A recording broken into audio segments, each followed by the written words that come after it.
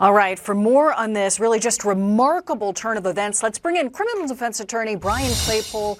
Brian, thank you for joining us. We really appreciate your time on this Saturday. I want to get right into this. We've all covered trials before. It's very common for the defense to say, hey, to the judge, it's time to dismiss this. They haven't proven their case. There are very common battles over what evidence is allowed, what's traded back and forth, frustration between teams about what's being turned over and not being turned over. What happened here, and how shocking do you find it to be? Hey, Molly, great to be with you. This is like winning the lottery. Think about your chances of winning the lottery. And that's what Alec Baldwin had happen here.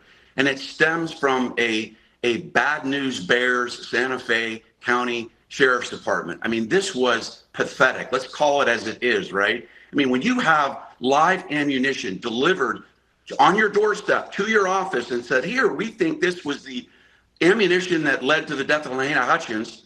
And what does the Sheriff's Department do? They don't even inventory the bullets, number one. Number two, they don't even create an internal report. Number three, they don't even turn over crucial evidence to the defense. I mean, this is unprecedented. And I will go as far as saying that Alec Baldwin, if I was representing him, he might be thinking about a civil rights lawsuit against this county sheriff's department.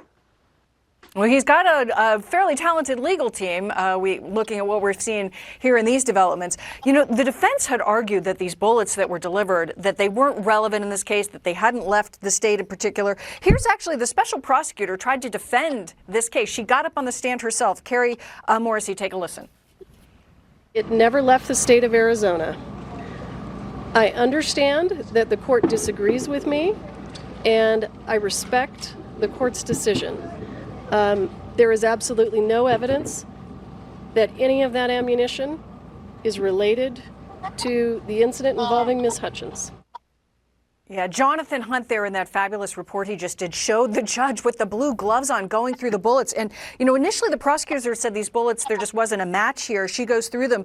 But some of them actually were this starline brass. So they were essentially matching characteristics. And there went the case. Your thoughts on just the judge's actions in this moment, the drama there in the courtroom, and this ultimate end? Yeah, well, a couple of things. First of all, prosecutor's not the judge and arbiter of whether evidence is relevant or not.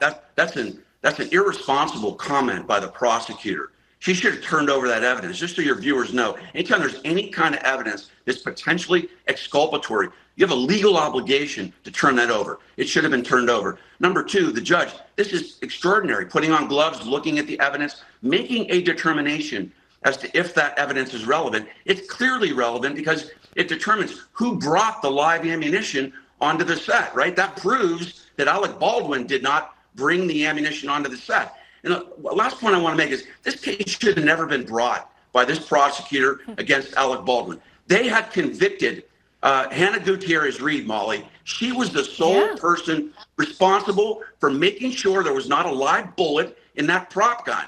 And that was her job.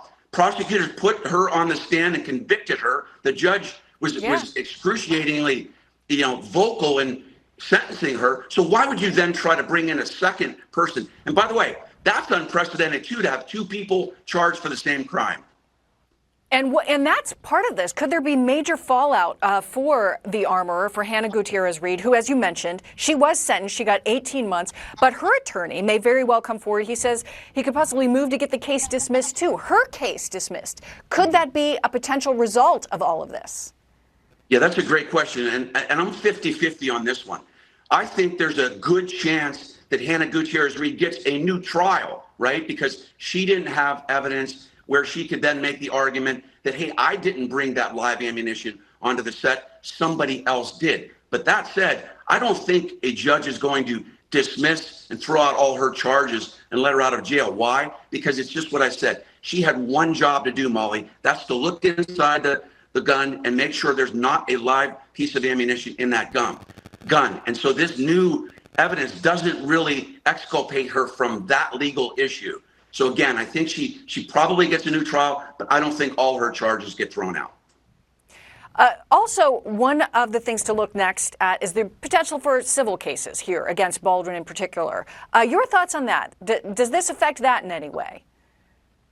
It absolutely does. I mean, I've done civil rights cases. There's due process violations here against Alec Baldwin. And the fact that the prosecutors, remember, they charged him before, then they pulled the charges back, then they charged him again. What was the new evidence to charge him again? I mean, those are the focal points his lawyers are going to be making. And he's got a potential false arrest charge. I mean, you've got to prove what's called legal causation in New Mexico. That's a hard burden, Molly. You can't just prove somebody was careless. You've got to prove that what Baldwin did caused this death.